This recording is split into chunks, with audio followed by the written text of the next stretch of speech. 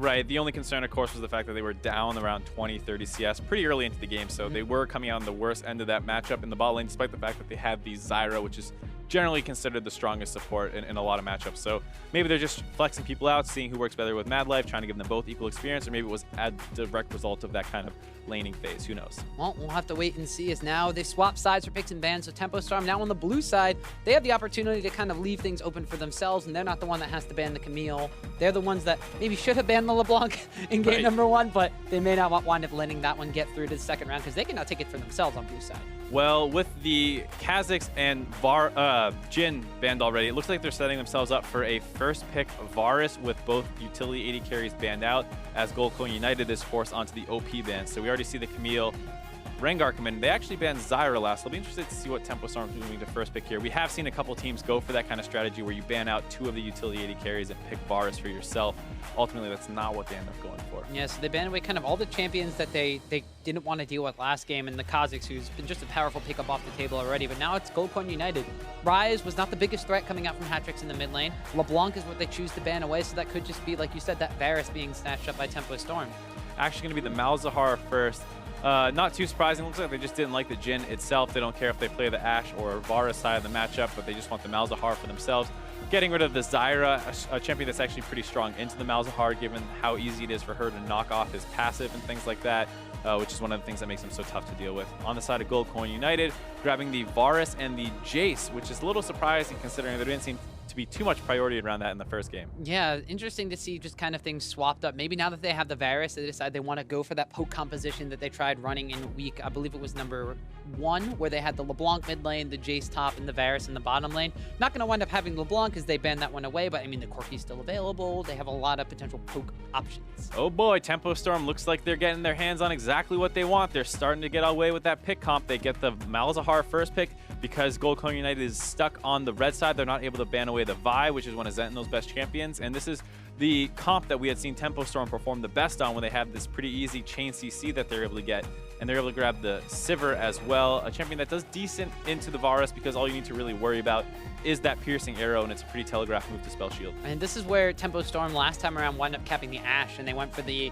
chain CC, you're never going to ever move composition, but this time around it's going to be the chain CC, we're going to move really fast to get on top of you kind of composition.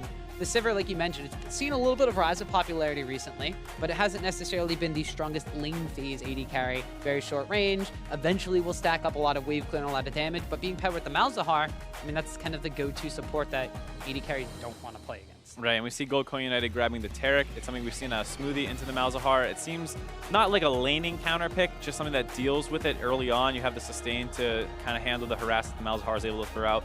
And then later in the game, you do have tools to deal with it. You have the stun, you have the very powerful teamfight ultimate. I'm going to be excited to see if Mad Life can actually use that one effectively, because there is such a difference in Taric's power level between when you're getting that ultimate off and getting a ton of damage, and when you're being a little just too late on the trigger, a little too early. And this is Mad Life returning to a melee style support, although Taric is kind of the acceptable melee support. Like you mentioned, his long range stun is one of the big things that really brings his kit kind of into focus, and as you mentioned, maybe not the strongest counteractor in the lane phase, but the lane phase of Tempo Storm was already getting advantages over Mad Life and MASH in the last game. This time around with the Kara, does have the Varus, considered a bit of a lane bully, but they're already maybe conceding a little bit of pressure in that lane by picking that Taric. Sure. And now we see a little bit of a mid lane focus from Gold Coin United, banning away the Ryze and Syndra.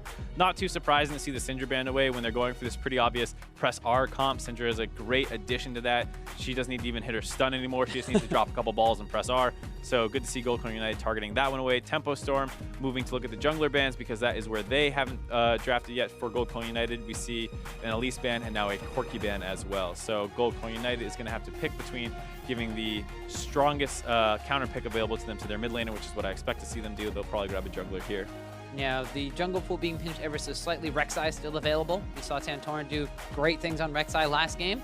Tempo Storm doesn't necessarily have to pick theirs up because they already have the Vi picked up in the first round. But Ivern has been left on the table, and it looks like Gold Coin United are going to snatch that one up for themselves. Right, it was banned away last game. This time, Santorin is going to be able to get his hands on it. And it's interesting to see them go for this, because the concern if they go for the Rek'Sai again is that they're going to be really physical damage heavy. The fact that they already have the Jace and Varus. Rek'Sai, though more of a tanky character, is all physical damage essentially. So seeing them split that up a little bit more. And, you know, Ivern, though he is more of a squishy champion himself, the fact that he is able to bring in the Daisy to bring in some teamfight presence and beef in the front line makes it so that he is a little bit more annoying than some of the other squishier champions that they could have gone with. Well, Quas, this is the first time, well, since Camille has been open anyway, that we've seen him pick the same champion twice in a row. There's something he likes about that Sion matchup in the top lane. Looks like he wants to take that one for himself. Potentially could be going against the Jace, although in recent time we have seen Ryu and Hai in NALCS utilizing the Jace as a mid lane pickup. So this could potentially be one of the 2 solo lanes that they're picking up from the side of GCU, as also the Victor has been locked in. That's somebody we haven't actually seen for a little while. Generally, he's dropped off a fair amount. The Rylai's nerfs hurt him a decent amount, so he's not the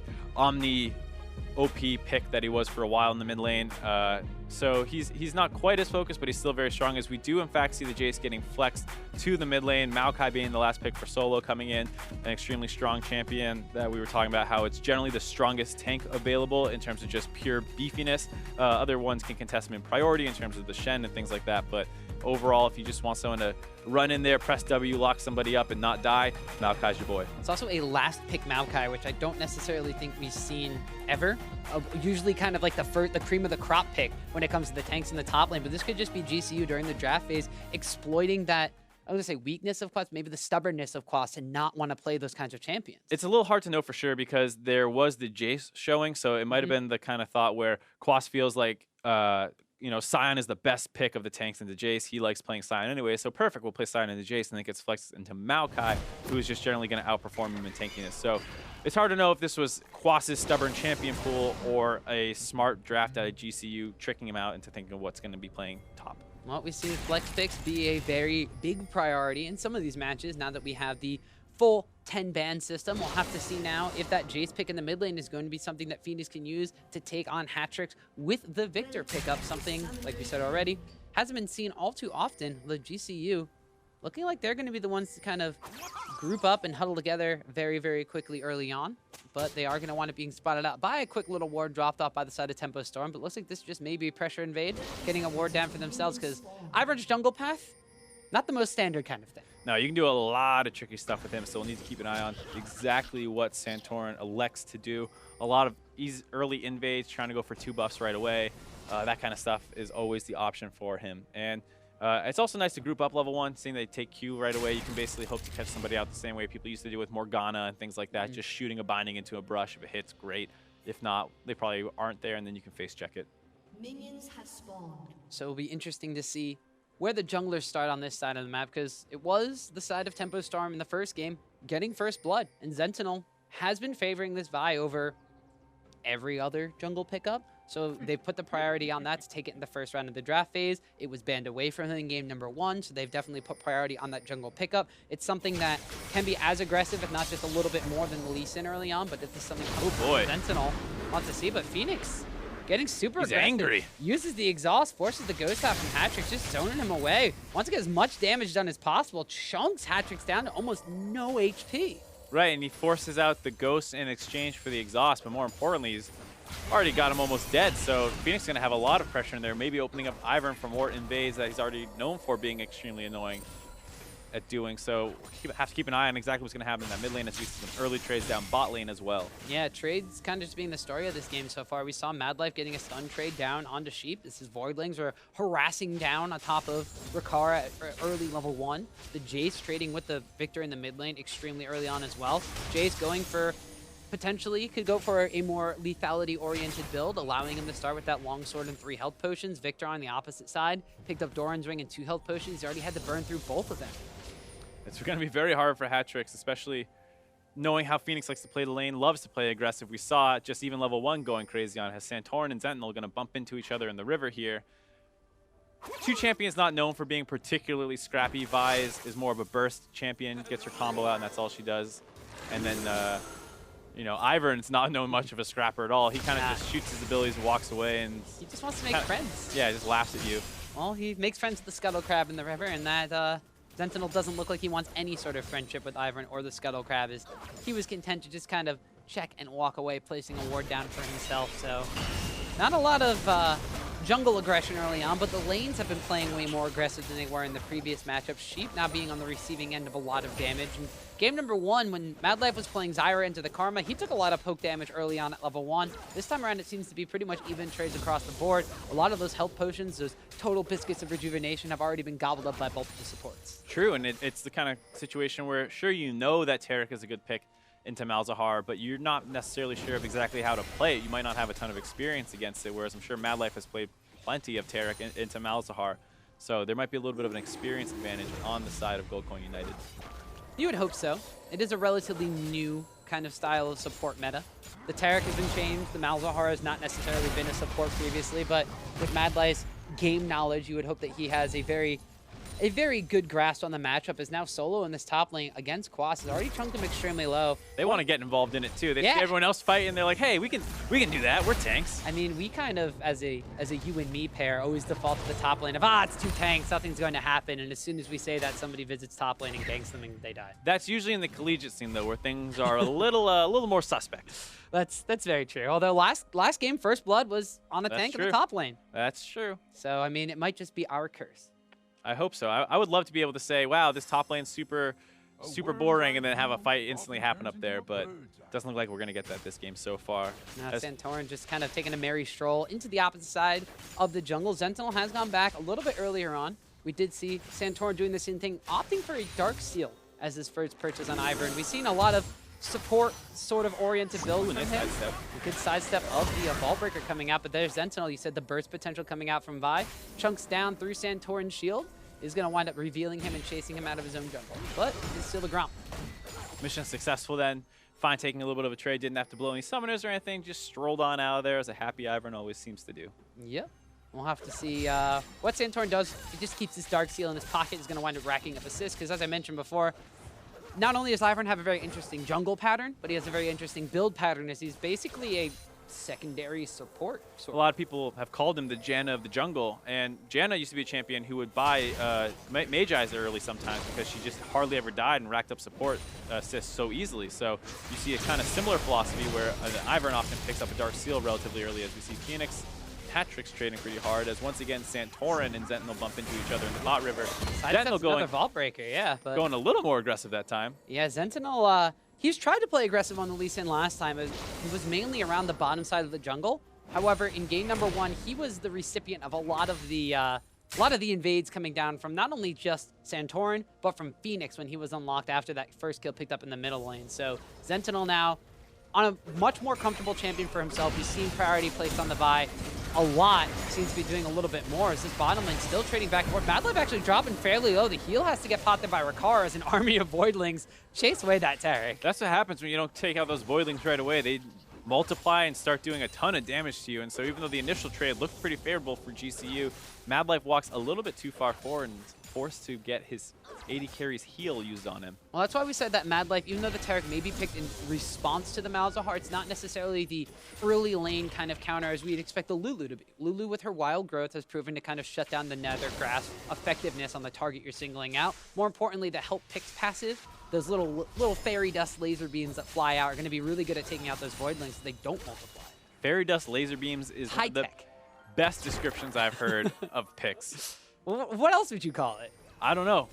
Magic snot? I don't know. I've heard some bad descriptions of what Pix is. That's a cool one as we see a dive coming in now for Tempo Storm onto Rikara just after Madlife recalled. He's not around. The teleport's going to be channeled extremely late. Rikara going to be dancing. Dodges the silence. He's going to get himself out of there.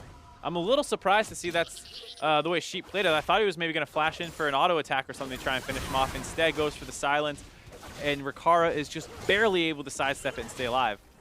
They do wind up burning the teleport, which gets canceled from the side of Solo, although Quas had used his own teleport just previously. Now Madlife has kind of come down here all by himself, trying to get this tower alive for as long as possible. He's just wailing away on Sentinel, saying you're not getting tower first blood this time. Yeah, tell him to back off his turret. Able to do exactly what he needs to do, keeps it alive, though it has gotten a little low. Tank's still scrapping away on the top side. It was a good attempt by Team Tempo Storm there, trying to get the sold out Rikara, who had no help from Madlife, who was forced to recall previously. Unfortunately, they missed a couple too many abilities to actually secure the kill. Yeah, and so that this time around, it was GCU last game who, after getting pressure down in Sentinel's jungle, was unable to really pull the trigger on a dive. This time around, it's Tempo Storm, who wanted to focus that bottom lane, getting focused on the bottom lane, but still being unable to execute a kill on that bottom side. It should have been a kill. It should have been. But it was not. It was not.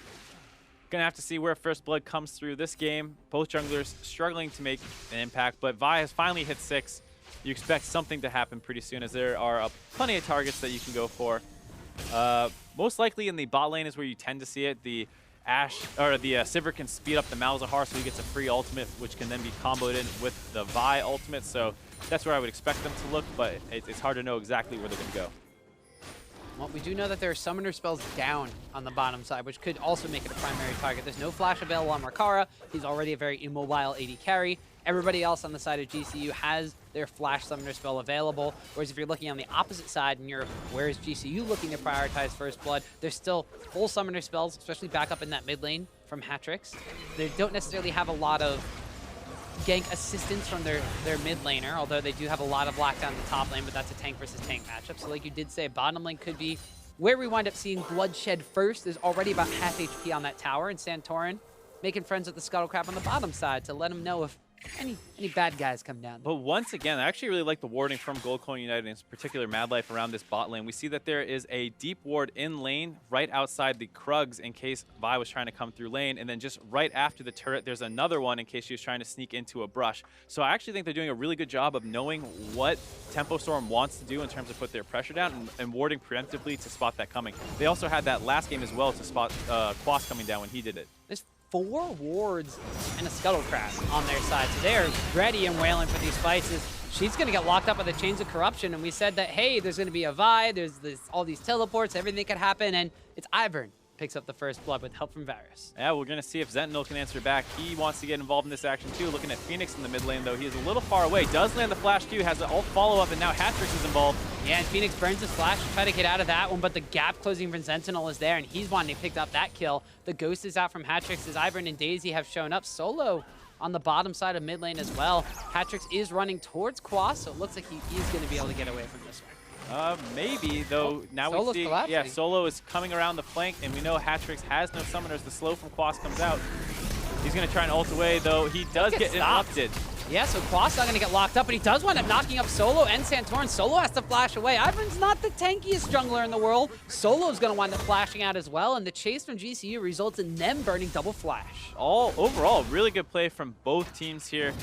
Gold Coin United turning that play on the bot side, and Tempo Storm answers immediately around the mid lane, shutting Phoenix down a little bit, who have been playing very aggressive in the bot lanes. We see fighting still going on the bot side. Mad Life uses his ultimate as they try and open up on the freeze, but he's going to be able to walk away without too much pain. Just have to blow his heal. Yeah, the heal being burned from freeze there. The ultimate being burned from Mad Life, though, so they won't have that in the case that Sheep wants to utilize the Nethergrass ultimate now that he's hit level 6.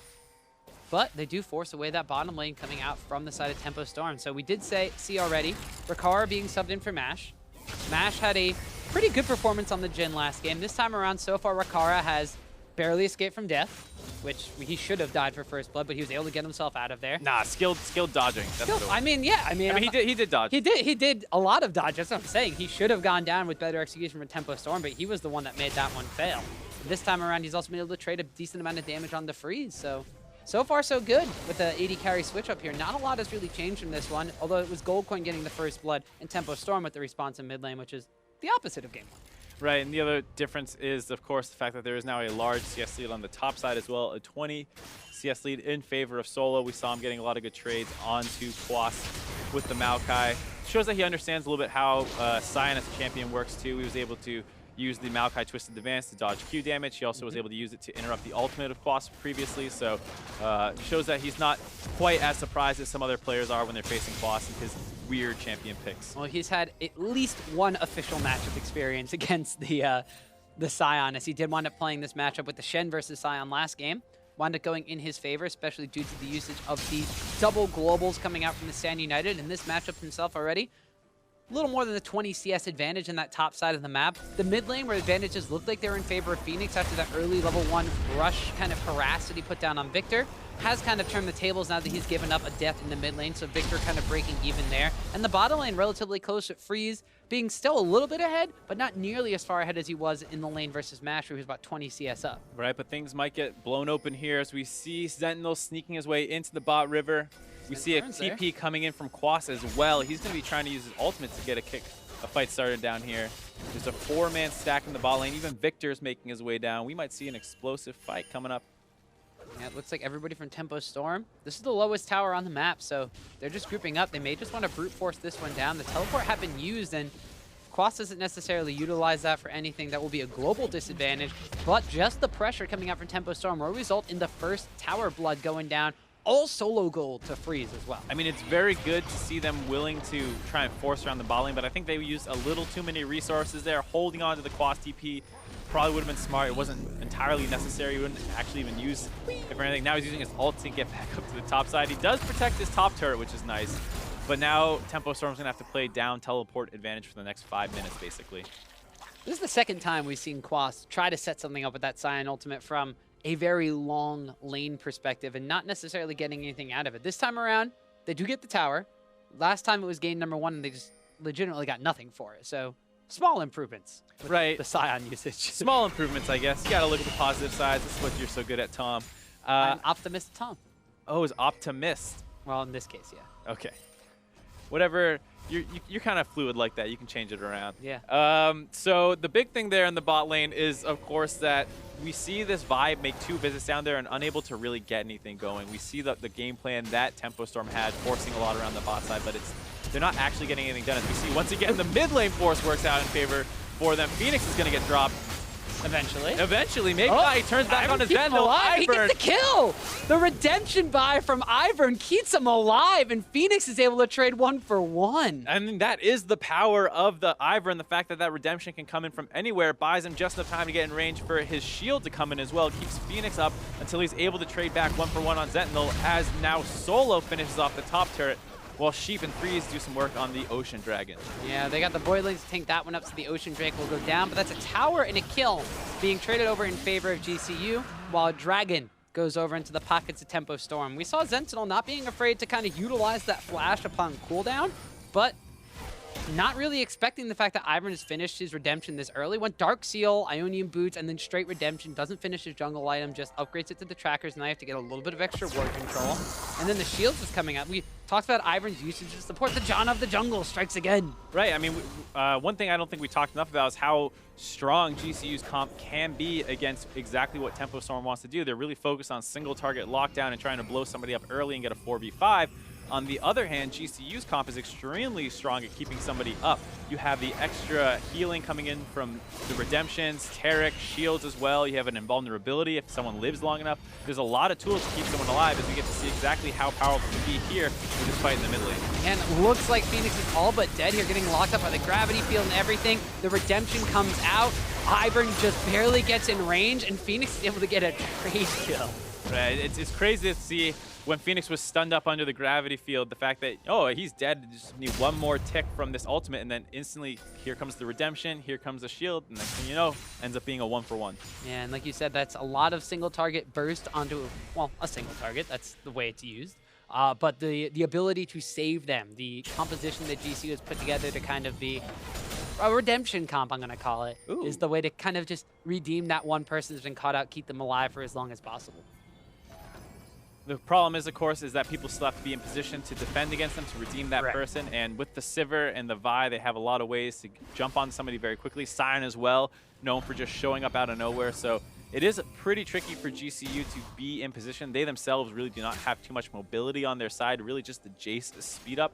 So it might be tricky for Gold Coin United to keep up with all the plays that Tempo Storm can force, but assuming that they're all grouped up, I actually do like GCU's tools to deny whatever Tempo Storm's looking for. Well, GCU, they've lost their tower in the bottom lane, but that's kind of unlocked their duo to move over towards the mid lane, defend up against the dual lane of Tempo Storm that they will be matching up in this side. That means that they're going to put Jace down into that long lane by himself, try to get some split pushing pressure down, but that does open him up a little bit to Sentinel. That's why we did see Ivern hanging around, putting a couple of wards down, but when Sheep joins the fray, that's just stuff. I don't think there's enough redemption or anything there to save Phoenix this time. Yeah, that time you see Santorin trying to help out again, but Phoenix popped the Edge of Night preemptively. thought he was safe to walk forward again, and then there comes Sheep flashing in to lock him down with the ultimate. Well, I was just saying Santorin put some wards down to keep Phoenix protected, but I guess not enough when it comes to 3 members just staying very, very close to each other. So they're able to chain that crowd control together and take him down. But now Quas doesn't want to be done yet. He's forcing this down. Mid lane, this is going to run straight into the turret. Directly into the tower. I guess he just wants everybody to kind of group up with him over there. The change curve can go down into Hatrix, so it's going to wind up spreading over to Quas, so he gets locked up. And Tempo Storm used ultimates in the bottom lane, got a kill, used another one in the mid lane, and don't get anything. Right, I just think Quas didn't wind up going past the turret and then getting caught out where he's alone by himself deep in the enemy, so he bumps into the turret to stop his ultimate. Oh, not the worst decision there, and they tried to force something, didn't get anything, and I'd rather see someone pull off of a bad play than commit to it and end up giving away a bunch of kills. Solo looking for Sentinel in his own jungle. Yeah, Sentinel doesn't realize there's a pair of trees that are not friendly in his jungle, and a Daisy as well, as the combination of Solo and Santorin are now making their presence known on the blue side of the map for the blue team and trying to push up. They're rotating up towards that top side of the map. They've already knocked down the outer tower over there, so now they're going to pressure an inner tower here against Quas. Do you think there's too many cute skins in the game, Tom? Not enough cute skins. Because I'm looking at this Meowkai skin. You got like the Candyland, whatever it is, Ivern skin. Candy Cane Ivern. Candy Cane. The dead Hatrix. The dead Hatrix. As Phoenix goes, picks up a kill. A skin. Yeah, that's not a skin. That's just the dead Hatrix.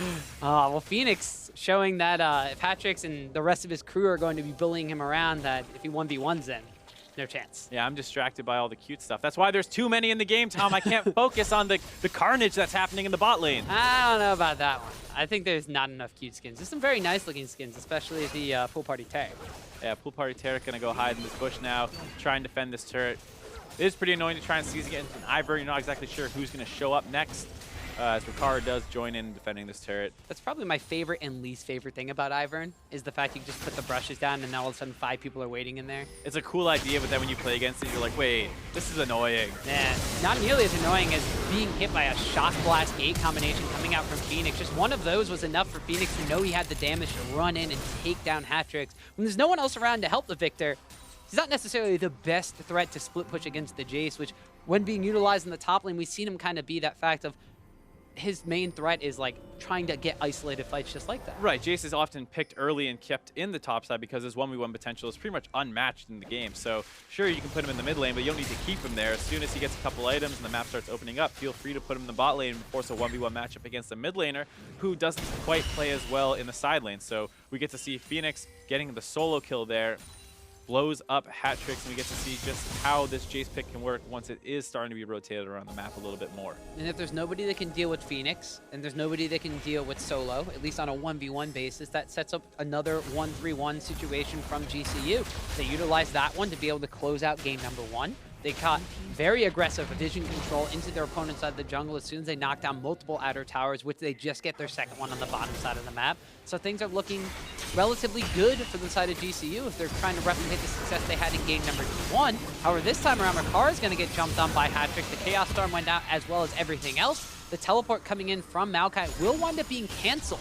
So there's no more global there, but Quas has already come down on this bottom side. He's going to charge into Mad Life. The ultimate has already been burned by Tarek, so he's going to wind up going down to the Malzahar. Ricard now being jumped on by Zental on the backside. Santorin's trying to keep his AD carry alive, but now he's going to be the focus, and piercing arrows do come across the back from Ricard. Santorin has to flash away, but Quas gives a little bit of a chase, but he is going to back away. But Phoenix on the opposite side, trying to pull the fight apart from Tempo Storm, but now they're just going to mosey onto that mid lane tower they've been poking away on the whole time. Yep, ends up just being a 1-for-0, but they do grab the mid lane turret in response. A little bit of a crazy fight. It doesn't look like it might not be done yet. Solo was deep in the flash. I wonder if he knew the Malzahar ult was down, because he was not actually involved in that team fight. Might not have known that that was not available. He probably could have just walked away there, because there's not much Malzahar can do to stop the Maokai there. Ultimately does lose his flash, as the teams do seem to finally have backed away after that crazy fight, which kind of came away as a result of the lane allocations that both teams had to do. It became apparent to Tempo Storm that they cannot keep putting the Victor in the side lane against Jace, so they sent Sion down there while having their bot side top against the Maokai and Victor back in the mid lane. As a result, GCU tries to force onto the Victor, unable to do so as both teams converge into that mid lane. So that's the way that you deal with the split push from the Jace. Yeah, and the Sion down there. Yeah, obviously the Sion can't hold him as Jace took the turret right in front of his face, but it does allow you to try and force plays in other places on the map. as we see Gold Coin United grabbing their first dragon of the game. An air Drake for themselves. Cloud Drake. Air Drake. Cloud Drake, Tom. Ocean Drake on the side of Tempo Storm already. As we see the Victor now matching up against the Maokai, we could see a little bit of a do-si-do here where both teams are constantly rotating the lanes around, trying to get favorable matchups because no one really wants to fight Jace. No one really wants to deal with him right now. He's already picked up his Ghost Blade, has the Edge of Night, fully lethal Jace at this point. Same thing coming out from Varus though. Edge of Night and Ghost Blade picked up for himself. He has his own tier, so he's going to be stacking that one up to continue to shoot out those piercing arrows. On the opposite side, we still have the Essence Reaver coming out from the side of Sivir. She hasn't really hit the critical mass where she gets a lot of that critical strike into play, and all those ricochets really just effectively wave clear, still using the Boomerang Blade for a lot of that. Victor, after his missteps in the earlier stages of the game, has seen to recover. He's upgraded his core. He's picked up a Seeker's Arm Guard for the very heavy AD focus coming out from the side of GCU. Itemization coming through for both of these tanks. Things have kind of settled down a little bit. At this point in time, GCU has a little bit of a gold advantage, only about a 1,500 gold lead for their side. Tempo Storm, this is it's going a little bit more their speed, so to say. Right, definitely a little slower paced game, which is what they seem to be a little better at. Gold Coin United also playing a little slower. They're doing a good job keeping up with what Tempo Storm is trying to do. Right there, we saw them potentially trying to get a dive onto the Maokai, but Santorum was sitting deep in his own jungle, ready to go and cut that play off. He bumped into the Malzahar with Daisy active and pushed him off. So both teams kind of reading and reacting what the other team is going for here. And so far, both of these teams just seem content to kind of go back and do their own little wave clear style. The split push coming out, the 1-3-1 being set up by GCU. Uh-oh, Phoenix is caught out a little bit. Sentinel jumped onto him, forced the exhaust out. So Phoenix is able to walk away, did lose his summoner spell there. So Tempo Storm getting a little bit more physical with this one. They aren't as far behind as they were in game one, as we just pointed out. They're the ones that are putting a little bit more forward vision on the map. Most importantly, they don't have a ton of wards down on the map, but neither does GCU, which is their strong point from game one. Right, and we see that despite the lack of vision for GCU, they're still doing a good job with pressure. They have both side lanes pushing into Tempo Storm right now, as well as having a 4-man push going down this mid lane. Looks like Phoenix is going to join in. So here, all Gold Coin needs to do is just stall out, but it looks like Boss is going to try and force a fight. Yeah, the Sion ultimate comes in, but the Chains of Corruption wind up landing. Everybody has to kind of disengage so that doesn't spread. Boss has already dropped down to about half HP. Meanwhile, Daisy wind up tanking up that tower, does wind up going down. A little bit of a 65 situation with Daisy just kind of being able to sit there and tank that tower. A little unfair in favor of GCU, but they do wind up burning the Sion ultimate. They've burned the Ivern ultimate, of course, but now it's up to them. They do have a very strong composition for kind of poking and sieging. The Jace and the Varus can just take pot shots at the back line. They've got these Ivern brushes, which are so frustrating to deal with because you just can't walk into them. You can't walk forward unless they disappear. Of course, and this whole time the waves have not been in a great spot for Tempo Storm, so Gold Coin is very happy to sit here using their poke tools and just keeping Tempo Storm pinned under this mid lane turret. And Ivern just runs around doing a little bit of jungling at the same time. So overall, this is a great setup for Gold Coin United. Though it might not be as explosive as you're used to seeing with tons of pickoffs, they are getting small advantages over and over here. Well, that was the story in game one, but it looks like Tempo Storm going to pull the trigger here. The Taric ultimate gets used, winds up making almost everybody invulnerable. So the knockup from Sion not going to do anything. They are able to wave clear out all the minions being pushed in on the side of Tempo Storm, but the siege continues, and this is the power of a blue buff on Jace, so he's going to continuously poke people down. A blue buff on Ivern, he can continue to shield down. His Daisy's going to be coming back up momentarily. And the side of Tempo Storm, I mean, they have an Ocean Drake, which is going to help them sustain ever so slightly. Boss has kind of come back up into full HP, but the Chains of Corruption have come back up. A lot of the CCs come back up. They try to lock down onto Freeze, and he is barely going to stay alive. Zenfiddle does want to take it out solo, trying to get onto that back line. Nobody still has died after all of this siege has happened, and GCU are finally forced away. Almost able to take down Freeze there. He walked a little bit too far forward, and Ricaro was not able to get the last hit on him to finish him off. Gold Coin United is forced off that tower, like you said, and just at the right time, too, as there's a lot of minions in that top side that someone's going to need to go get, and Ivern is slowly making his way up there. He's not the ideal guy up there in that wave. He wants to make friends. He doesn't want to kill minions. I thought he had no problem with minions. It was only jungle creeps he wanted to be friends with. I mean, no problems killing minions, I meant. That's, it's not right. Minions are people, too. I mean, I'm not the one saying this. This is Ivern you have a problem with. His philosophy that you disagree with, not me. Listen, I think the John of the Jungle is a little bit of a hypocrite, too. Could be. Then again, I'm an 80 carry main, so all I do is kill minions, so I'm a bit of a hypocrite. And complain. All the time, Mark. Yeah, I know. I spend too much time with you as it is. Yeah, I don't know why. Here we see Gold Coin United starting to group up a little bit around mid again. Both Phoenix and Rakara there. Both teams kind of stalling out a little bit, unable to get too much done as we're coming into 28 minutes into the game. As we see a hard force onto Mad Life, but he interrupts his own ultimate. Yeah, that would have been a good catch on the Mad Life. They do bring the teleport from Solo here, but Tempo Storm utilizing not only the Malzahar's ultimate, but the flash as well for that one. So they're not going to have that ability to single out a target. With those key engage tools down, they're going to be content for GCU side to continue to siege up the tower. The Chains of Corruption went down on Freeze. He was chunked out to half HP. The tower will finally fall. It's only taken about 2 minutes of sieging and going back, but GCU will finally take down that last outer tower on the side of Tempo Storm. Right, and with that, they are able to now grab about a 2,500 gold lead as they might not be done fighting around mid lane yet. Sentinel goes over the wall, opens up onto Rakara, has the ultimate, but he's not able to finish him off as the Taric ultimate comes in now. There's a lot of invulnerable members for Gold Coin United. Rakara did wind up flashing away, still flashes into the other side of the Taric ultimate, however, so he keeps himself invulnerable and alive. And it looks like GCU going to be content to continue this siege. They're just clearing out another minion wave. There is a dragon that has spawned on the map. Another Cloud Drake will be available for them. Might not be the most worth taking from a statistical standpoint, although if it is going to be something they can just retreat and safely take, they might as well do that. They're all making their way down there right now. Right, and it seems like Tempo Storm's having a really hard time syncing up on all their ultimates. We saw, you know, Sheep go in and interrupt his own ultimate, so it wasn't available for that force, and then we see Sentinel go in, but Quas isn't using his ultimate. There hasn't really been a time where all three, you know, chain their ultimates with the Sivir to get onto a priority target of Gold Coin United and kill them instantly. It was also true in the previous siege as well. It's just not quite been that ultimate stacking that we were used to seeing out of Tempo Storm when they get their hands on a comp like this. And Tempo Storm going to continue to try to catch people out. Phoenix, no longer with that blue buff, has no mana, has to burn his own flash to get out of there. Quas forcing that one away from the mid lane. And at the same time, Freeze was splitting up on the top side. He's able to grab a turret for them.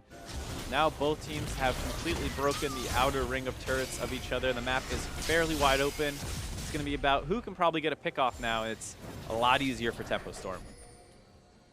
3 towers down on both sides. GCU does have double Cloud Drake. True. Technically, they got the move speed advantage. Right, as long as they don't get hit, they can run away most likely, though I think Sivir's ultimate might be a little stronger than double Cloud Drake. Ever so slightly. Never doubt the power of the Cloud Drake. I doubt the power of the Cloud Drake every now and then. I also My faith is weak. Your faith wavers in the Cloud Drake. Yes. Ah, disciple of the Infernal. Yes. Oh, God. Both teams kind of just hanging out mid, clearing waves, slowing down.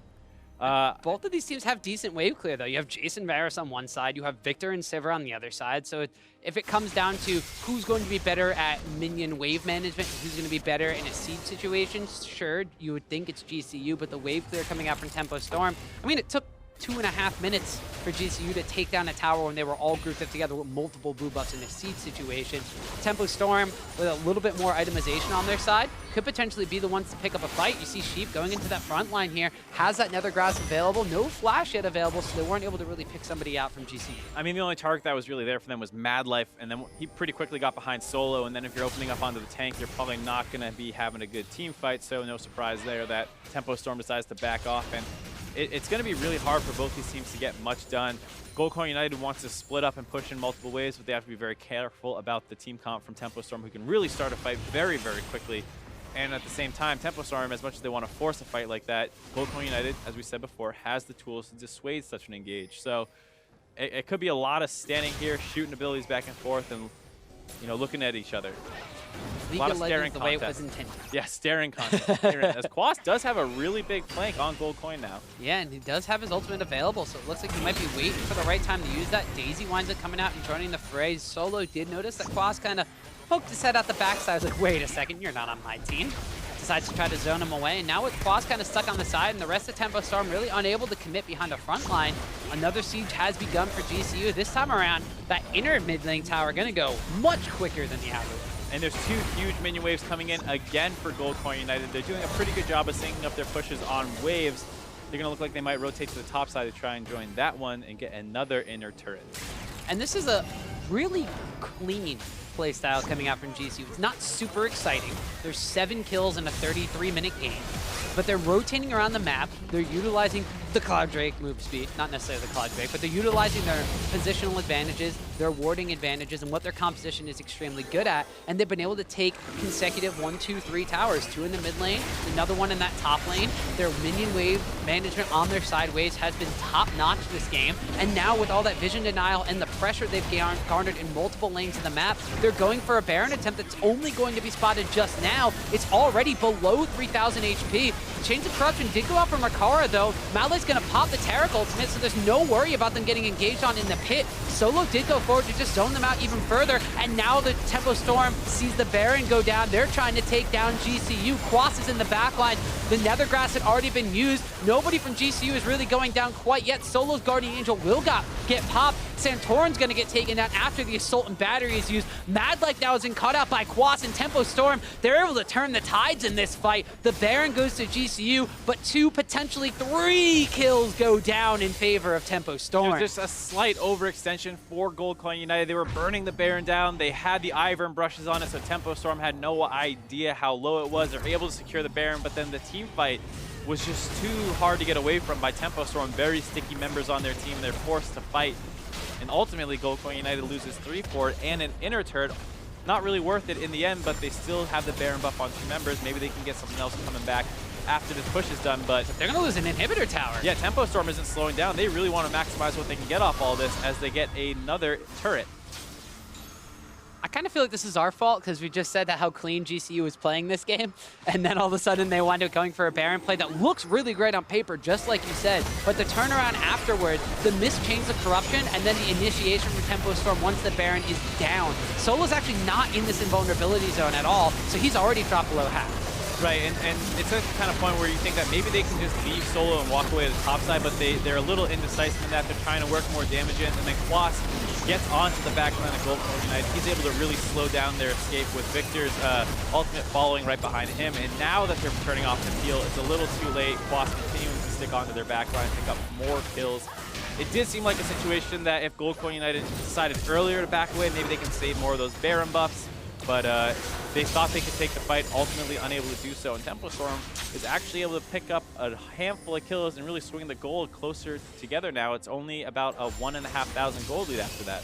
Well, after that missed Baron fight, if we had the Baron power play, it would be negative in the side of GCU. But it does look like that Quas is going to wind up jumping into the fray here. Taric ultimate has him pop. The Chains of Corruption wind up going down as well, as Quas being taken down way below half HP just has to back away.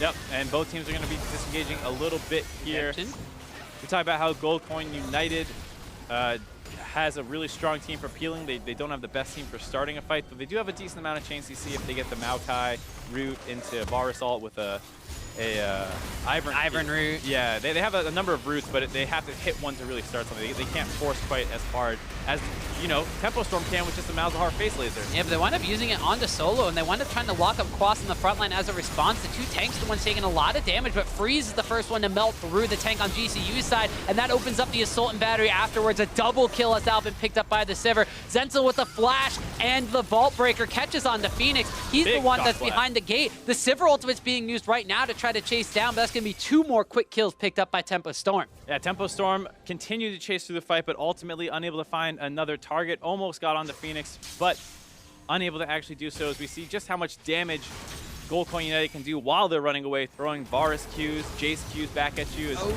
Santorin found himself in the river now, a little caught out. He's got to flash away from that. He has Guardian Angel, does not want to lose that one pretty much for free.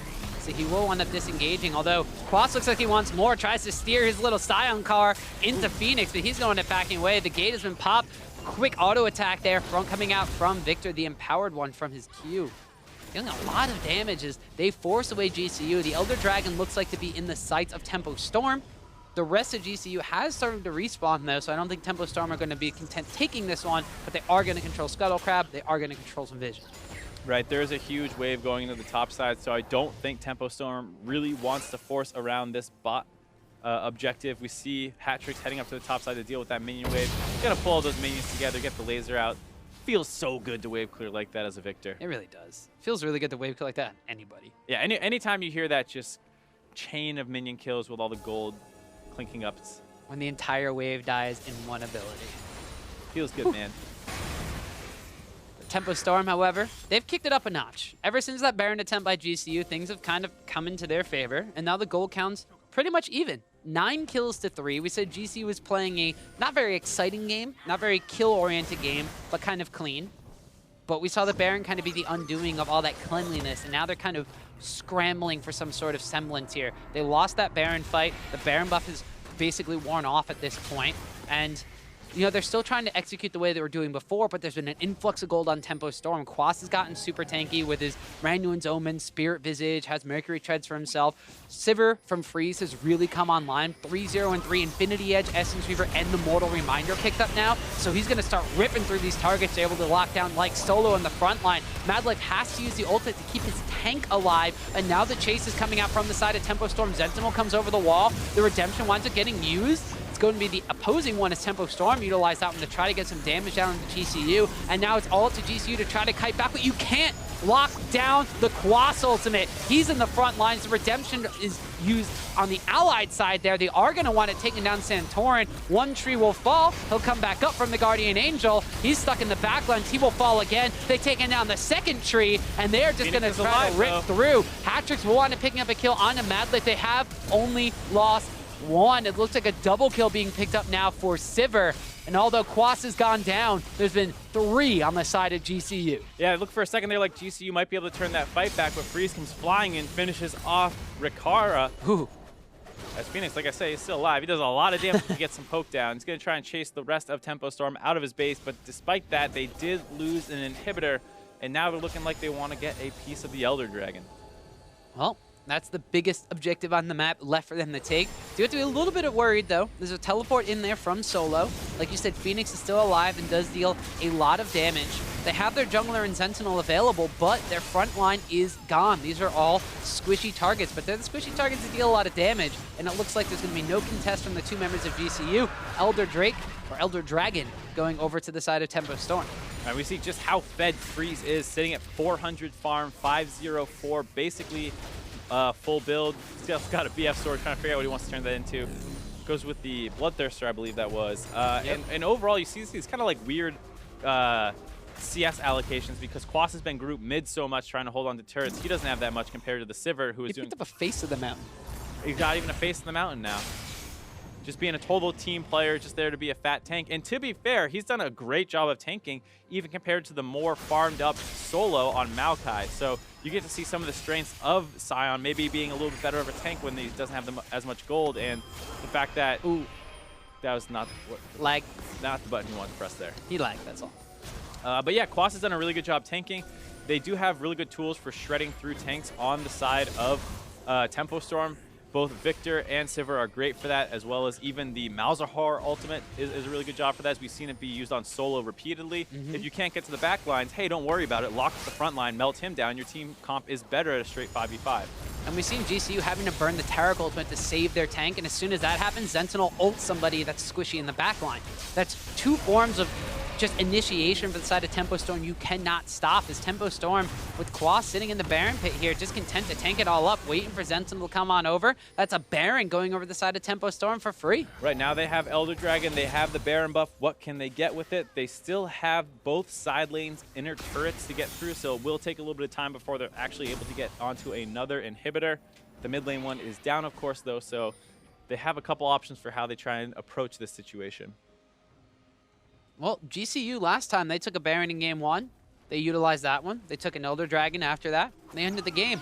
Some Tempo Storm's got both of them on their side, and like you said, although there's a little bit of stuff left on the map for them to clean up as far as outer towers and such go, this has been the gold gap closing, and now in favor of Tempo Storm. The towers are tied up all even. They have 8 more kills than their opponents. There's still gold left on the map for them to take off of this Baron buff. Things are looking really solid for Tempo Storm. We thought a lot of this was in control of GCU. They had a really good siege composition. They were able to execute it, pushing down mid lane, getting multiple towers off of that one. But Tempo Storm, you mentioned it, they have a couple more, they have a little bit more synergy in the execution with how they're pressing the Sivir ultimate, the Malzahar ultimate. When they've been on the same page with those, that's what's been able to turn them around. And now we see Tempo Storm trying their own siege. They've been sieged on almost the entire game. Now it's their turn to return the favor. And they're getting some decent chunks down onto the turret, but not a ton.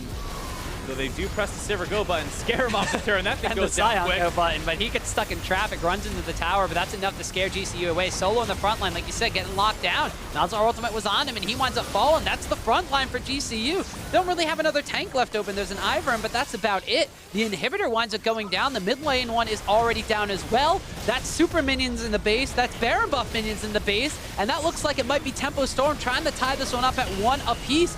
GCU are going to try to defend this one, but Ivern goes down. Hatrix winds up picking up Mad Life, and now there's only 2 carries left for the side of GCU. Phoenix has to flash away. Sivir picks up a double kill as Varus goes down in the fountain, and that's another 1-1 tie in the Challenger Series. It just seems like we can't get away from them as long as it's not involving Team Gates. Another 1-1, like you said, this time going in favor of Tempo Storm after Gold Coin United won Game 1. And once again, Gold Coin United grabbed an early lead. They were showing decent macro play in terms of what they wanted to do, but then they make one mistake around the Baron buff, and after that, it's basically Tempo Storm's game the rest of the way. Yeah, and GCU, like we said, it looked like they had control of what they wanted to do. It looked like they had the better sieging composition, but Tempo Storm, once Freeze kind of hit late game freeze point, when you wind up getting the critical strike ricochets that were really able to wave clear between the Sivir and the Victor, the sieging became a little bit more difficult for the side of GCU. And even though they wound up taking some clean things, they tried to go for a Baron with a siege composition. They got stuck in the pit. They got a little bit... Once the communication broke down ever so slightly, once they were... like one was like half a page ahead of the other one in the playbook, it just fell apart. Right, and I think you can see the difference in the strength of the carries as well. Both Varus and Jace are not the best at melting through frontline necessarily when you're comparing it to a Sivir and a Victor. And so even though, you know, you can say that there are a lot of defensive tools that were really strong on the side of Gold Coin United, ultimately it's hard to burn through a Scion and a Vi compared to just getting through the Maokai, even though, you know, you do have those extra shields and healing, it's not enough. Right, and it was a little bit more difficult this game to get through the Scion than it was last game. You know, Quas picked that one up 2 games in a row. It's very unlike him to pick the same character twice in a row, I guess, unless it's Camille, because that was left open last week and he did it twice in a row and was fine against Team Gates. But the front line was there. The initiations from the Scion ultimate, we saw the one where you used the teleport early on in the game. They got the tower off of it, but he didn't really get anything for it. Use the ultimate to get back. Once they kind of got into the group up kind of team fight stage, his usage of that Scion ultimate was way better. Right, and we saw that they had a ton of chase down as well. The Sivir ultimate, all the Vi, CC, the Scion ult, like you said, they had a ton of tools for just chasing down. Once Gold Coin United realized they started losing these fights, they couldn't quite get away ever. Well, now that game number 2 is over, let's hear a little bit from the inside scoop from that Game 2 victory. I'd like to welcome Sentinel to the broadcast. Hey, guys. Hey, how's it going? That's going pretty good. 1-1, not too bad. Yeah, congrats on being able to tie that up. Overall, a pretty scary game for a little bit there when they were grouped up around mid and sieging. And it seemed like you guys were having a little bit of trouble in, knowing exactly when to pull the trigger. Sometimes the Malzahar ult will get used. Sometimes just the Vi ult will get used. Who does a lot of the shot calling for you guys and deciding in those kinds of situations? Mostly in like team fights, it's between me and Sheep that we do shot calling in team fights, and then once we get to like lane assignments, we transition that over to Freeze. But yeah, most of the time it's just like me and Sheep yelling like, "Oh, ult this guy, like peel back for the Taric ult," stuff like that. And we've seen you be one to kind of prioritize a lot of that initiation. You've definitely been favoring the Vi. Is that just something that goes hand in hand with the fact that you're the one kind of pulling the trigger in these fights? Sort of, but I honestly don't know why I still play Vi. Like I played it 1 game in solo queue, and I'm like, hey guys, this seems pretty strong, and people like ban it against me. I'm not sure why, but yeah, it's just something that's been working for me. So. I mean, you've been winning a lot. I'm not too surprised to see that the ban's coming into the Vi. Do you think this is something that people will start targeting heavier? I mean, you're not talking it up too much. Maybe you want to, you know, talk some more game about the Vi. Maybe you can pull a couple more bans here. I mean, I honestly, I think that Vi is in a really bad spot. But when I played, I seemed to win, so I just keep playing it. And you know, if people want to use a ban on a pretty bad champion like that, I guess that's worth for my team. Probably reverse psychology here. That's what I'm picking up on. I think it's reverse psychology. May there. But I want to take the focus away from Vi and put it onto you, Sentinel, because we heard from you right before that game. You said that, in your own words, that the junglers in the challenger scene weren't necessarily as good as their names may precedent them. Gilius was one of the names you threw out there, and Santorin, you got to play against him this match. So how did it feel? You guys split 1-1. Definitely he was better than I expected. I like watched a lot of Santorin's VODs, and he plays way different than he used to for sure. So I think he improved a lot in that aspect. But in terms of the other junglers, yeah, I'm not really scared of them. Yeah, like Gilius is the other big name out there, and I'm not too scared of him either. All right, for sure. Very interesting to see your jungle matchups. How's the team gelling together? We talked to Freeze previously, and he talked about how Quas has these weird picks, and the team's a little split on it. Are you guys coming together more in your drafts, or is it's still a little up in the air? It's kind of weird because we just played, I think in our first set, we played like Swain Alawi. Right. And we're swapping over to tanks now, so the draft's getting a lot cleaner, but we still have like versatile picks. So it's definitely hard to draft against us, and yeah. All right, so you guys are definitely, you're still picking some interesting stuff. You got the Scion on the side, so you got the tanks, but still a little bit of a Quas twist on it. Well, Zentinel, I want to say congratulations on your Game 2 victory, and thanks for coming on for the interview. All right, yeah, thanks, guys.